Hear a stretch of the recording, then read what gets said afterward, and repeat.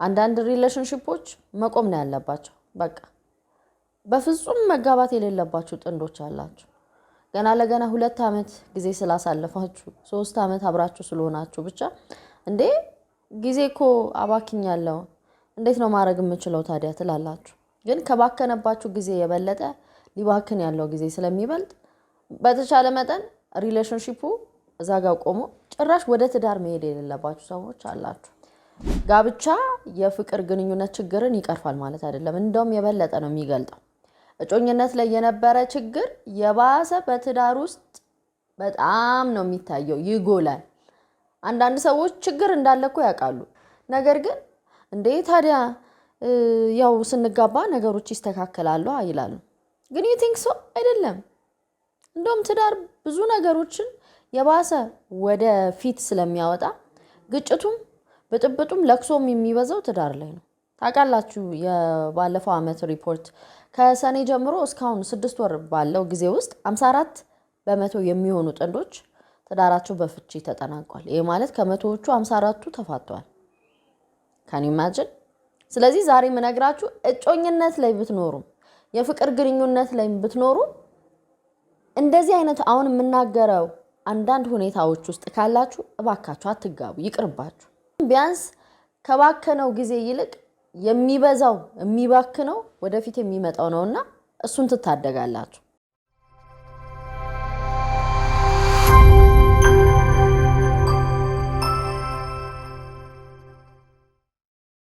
ፍቅር ይበልጣልኝ የፍቅር ግንኙነትና የትዳር አማካሪ ካውንስሊንግ ሳይኮሎጂስት ነኝ በሙያዬ በፍቅር ይበልጣል ዩቲዩብ ቻናል ደግሞ የተለያዩ የፍቅር ግንኙነት ቤተሰብ እንዲሁም ደግሞ የተለያዩ ስነ ልቦናዊ ጉዳዮችን የያዙ አጫጭር ቲፖች ለእናንተ ሰጣለሁ ሰብስክራይብ ያላደረጋችሁ ቻናላችንን ሰብስክራይብ አድርጉ ብዙዎቻችሁ ሰብስክራይብ ሳታደርጉ እንደምታዩ ዩቲዩብ ነግሮኛል ስለዚህ በተቻለ መጠን ሰብስክራይብ አድርጉ አይከፈልበትም just ሰብስክራይብ የሚለውን መጫን ነው ላይክ አድርጉ ሼር አድርጉ ለሌሎች ለማጋራት ከዚህም ባለፈ ደግሞ የምክር አገልግሎት የምትፈልጉ ካላችሁ ስክሪኑ ላይ በመታየት ቁጥር ቴክስት በማድረግ በዋትስአፕ ወይም በቴሌግራም አጠቃላይ ስለ አገልግሎቱ መረጃ ማግኘት ትችላላችሁ ያው መግቢያ ላይ እንደነገርኳችሁ የተጀመረ የፍቅር ግንኙነት ሁሉ ግዴታ በቃ ትዳር መሆን አለበት ማለት አይደለም ኦፍ ኮርስ ፍቅር ስንጀምር መቼስ መጨረሻው ዴስቲኒው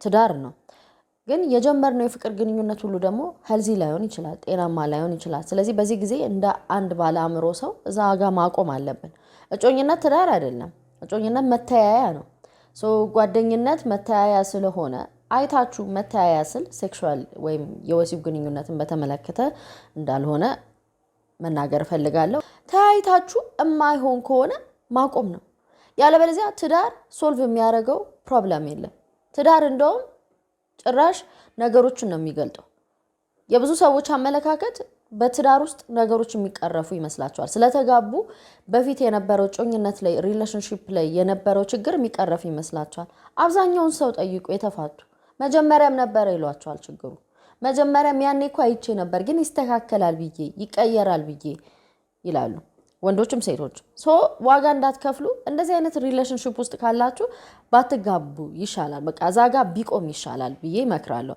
አንደኛ ተጣልታችሁ መፍትሄ መፈለግ ማችሉ ከሆነ ተጣልታችሁ የምትኮራረፉ በዛው ከዛ መፍትሄ ሳትፈልጉ ላለመለያየት ብላችሁ የምትቀጥሉ ወይ ስትጣሉ ሁለታችሁም ዲፌንሲቭ ትሆናላችሁ በጣም አግሬሲቭ ትሆናላችሁ ቡጢም ሊኖር ይችላል ስድብም ሊኖር ይችላል ከዛ መፍትሄ ሳይመጣ ከቀናት ወይም ከወራት በኋላ የምትመለሱ ሰዎች እንደዚህ አይነት ሪሌሽንሺፕ ካላችሁ ይቅርባችሁ ትዳር አታድርጉት ምክንያቱም ትዳር ውስጥ ስትገቡ ከእናንተም አልፋችሁ ነፍስ ልታመጡ ነው ልጆች ሊወለዱ ነው ልጆች ደግሞ ትራውማታይዝድ ነው የሚሆኑት ብሮከን ፋሚሊ ሲያዩ የማትከባበሩበት ጤናማ የሪሌሽንሺፕ ዳይናሚክስ ከሌለ ጥፋት ተጠፍቶ ይቅርታ የማትጠያየቁበት የትዳር ሁኔታ ከመሰረታችሁ ልጆቹ ራሱ በጣም በብዙ ኢሞሽናሊ ራሱ እየተጎዱ ነው የሚመጡት ስለዚህ ልጆችም ከሚጎዱ እናንተም ትዳራችሁ ከሚፈርስ እዛ ድረስ ከምትሄዱ ፈጣሪም ብዙ ጊዜ የማይሆን ሲቹዌሽን ውስጥ ስንገባ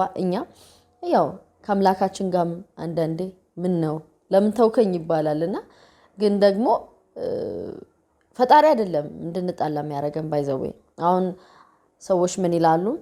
እግዚአብሔር መርጦ ይስጥ ይላሉ። አምናለሁ እግዚአብሔር መርጦ ይሰጣል። ግን ደግሞ እግዚአብሔር መርጦ የሰጠውንም የምናበላሽ ልንሆን እንችላለን። ወይ ደግሞ አንዳንዴ ፍቃዱ ያልሆነውን ሰው አግብተን ደግሞ ራሳችን በጣም በቃ ለማስተካከል ስንሞክር ፌል ያደርግብናል እና ያኔ ደግሞ ከፈጣሪ ጋር ግጭት ሊኖር ይችላል። እና በተለይም በዋነኝነት ኮሚኒኬሽን ላይ በቃ መስማማት የማትችሉ ሰዎች ብንነጋገር እንጣላለን ብላችሁ ስሜታችሁን የምታፍኑ በፍቅር ግንኙነት ዝም በቃ ይጠራቀማል።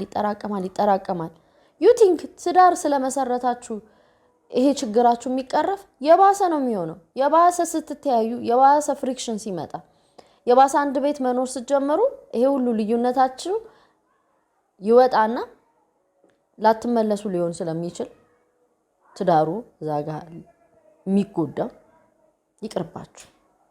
መግባባት ካልቻላችሁ አትጋቡ። ልዩነቶች ይኖራሉ። አትጣሉም አይደለም፣ አትጋጩም አይደለም።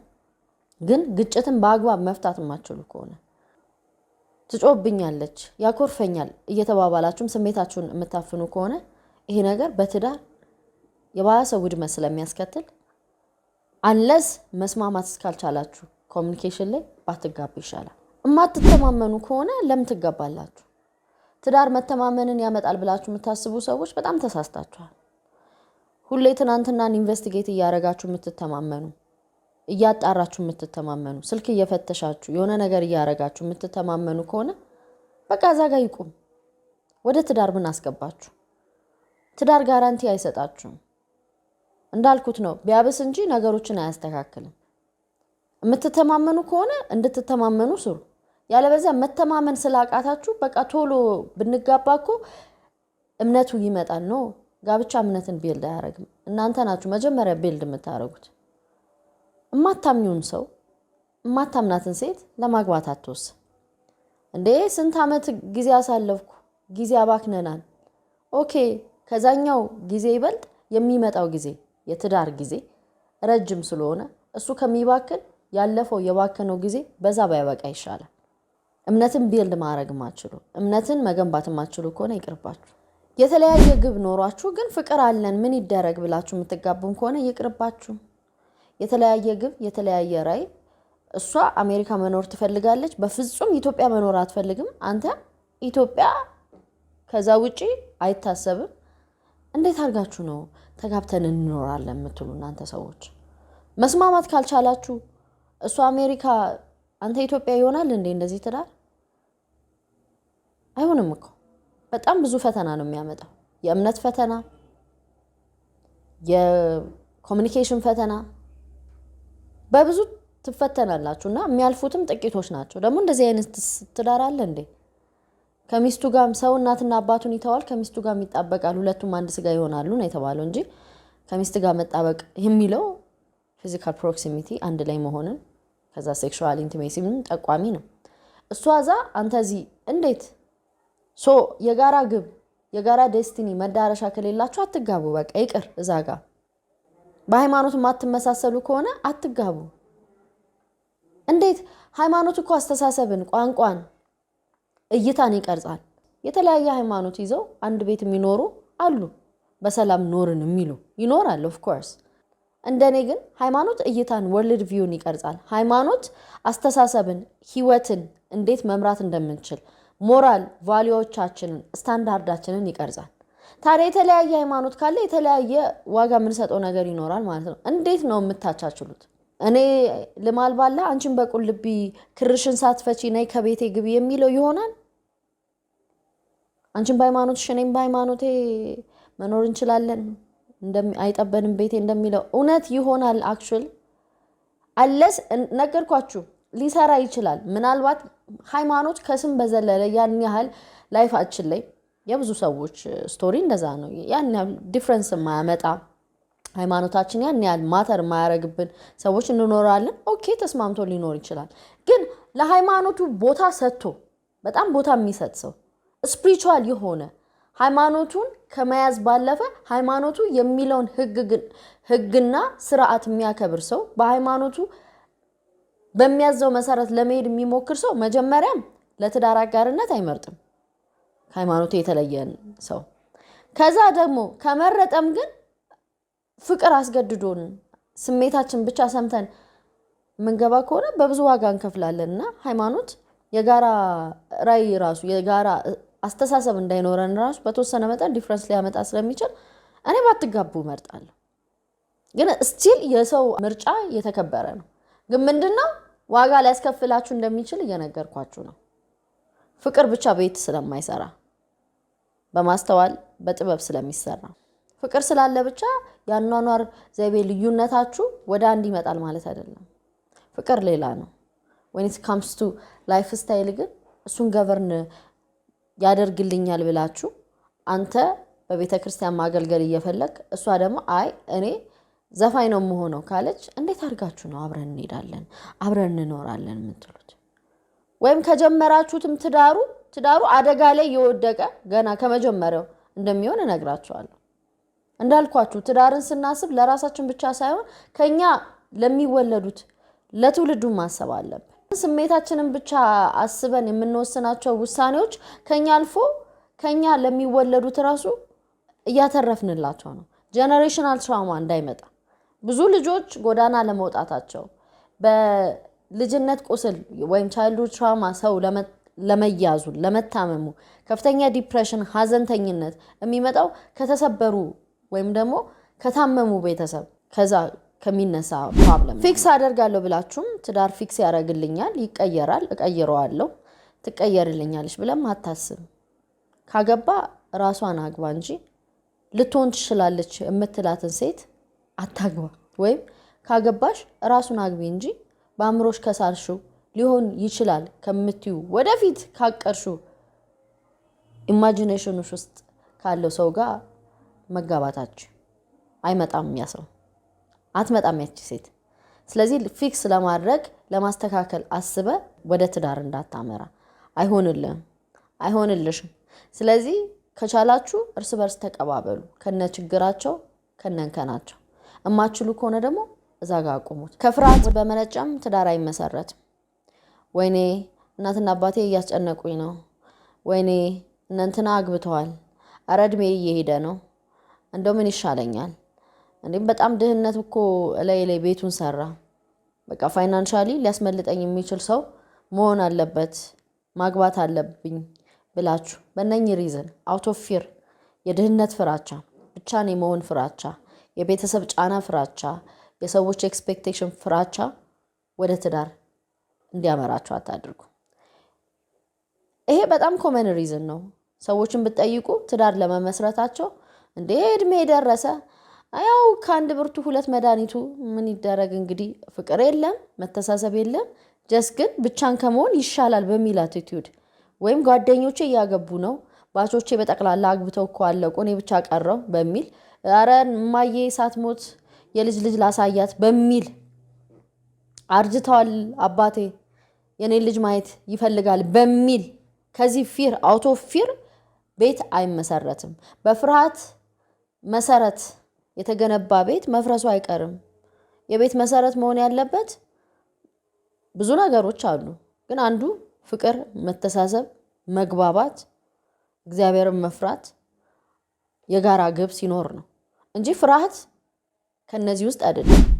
በማትመረጡበት የፍቅር ግንኙነት ውስጥ ገና ለገና እነዛ ሰዎች እሺ ስላሉ ብቻ ለትዳር ወደ ትዳር እንዳታመሩ። አንድ ሰው መራጭ ሌላኛው ተመራጭ ነው። ኦፍ ኮርስ ብዙ ጊዜ ሴቶች ተመራጭ ነን ምናምን ልንል እንችላለን፣ ግን እንመርጣለንም እኮ የማንፈልገውን ሰው አይደለም። የማትፈልግ እንደሆነ ያወቅ ለጥቅሟ ብቻ ሰው ስለጨነቃት ብቻ እኔን የመሰለ ሴት አግኝተ ነው እንዴ በሚል አቲቲዩድ በግፊት እሷ ሳትፈልግ ወይ እሱ ሳይፈልግ ከአንድ ወገን ብቻ በሆነ ፍቅርም ትዳር አይመሰረትም። ያለበለዚያ ሀዘንተኛ ነው የምትሆነው። አንተ ኮንክ ፈላጊው ትዳር ውስጥ ገብተህ ሀዘንተኛ ነው የምትሆነው። ቦዲዋን ብቻ ነው የምትሰጥ፣ ማንነቷን ሌላ ቦታ እንደሆነ ታውቃለህ። እሷነቷን አታገኘውም፣ ድብቅ ነው የምትሆንብህ። ይታወቃል የሆነ አብሰንት የሆነ ነገር በቤታችሁ እንዳለ ታውቃለህ። ጥሩ እናት ልትሆን ትችላለች እኮ ግን የሆነ something is missing የሆነ የጎደለ ነገር እንዳለ ይገባል። እሱ ደግሞ ለስሜት በጣም ነው የሚጎዳው። አትረካም አንተ ፈልገ እንጂ እሷ ፈልጋ እንዳልሆነ ታውቃለህ። አንቺ ፈልገሽ እንጂ እሱ ልቡ ሌላ ቦታ እንደሆነ ታውቂያለሽ። ገና ለገና ግን እሺ አብራችሁ ልትኖሩ እንዳሰባችሁ ስታቂ በቃ ደስ የምትሰኝ ከሆነ አይምሰልሽ እናቴ። ይሄ ስሜት አይቀጥልም። እንደማይወድሽ ፈልጎ ሳይሆን ከአንዳንድ ነገሮች የተነሳ እንደሆነ ስታቂ በጣም ነው ዲፕረስድ የምትሆኚው፣ ሀዘንተኛ ነው የምትሆኚው። ትዳራችሁ እሱ ደግሞ በጣም አስከፊ፣ የእናንተ አለመደሰት፣ የእናንተ አንሳትስፋይድ መሆን፣ አለመርካት ከእናንተ አልፎ ወደ ልጆቻችሁ ስሜታችሁ የሚጋባ ነው የሚሆነው። አስባችሁታል? አንቺም አዝነሽ ልጆችም አንሃፒ የሆኑ ደስተኛ ያልሆኑ ልጆችን ማሳደግ። ስለዚህ በእነዚህ አይነት መንገዶች በፍጹም ወደ ትዳር እንዳታመሩ ተጠንቀቁ፣ ዋጋ እንዳትከፍሉ። ይህንን ማለት ፈልጋለሁ። አመሰግናለሁ። ወዳችኋለሁ። ክበሩልኝ። አገልግሎት ማግኘት የምትፈልጉ በስክሪኑ ላይ ባለ ቁጥር ቴክስት በማድረግ ስለ አገልግሎቱ ሙሉ መረጃ ዋጋውንም አጠቃላይ ሁኔታውንም በተመለከተ ታገኛላችሁ ማለት ነው። በጣም ነው የምወዳችሁ። ላይክ ኤንድ ሼር አድርጉ። ሰብስክራይብ ያላደረጋችሁ ሰብስክራይብ በማድረግ ቤተሰብ እንሁን። የፍቅር ይበልጣል። ላቭ ዩ ኦል ባይ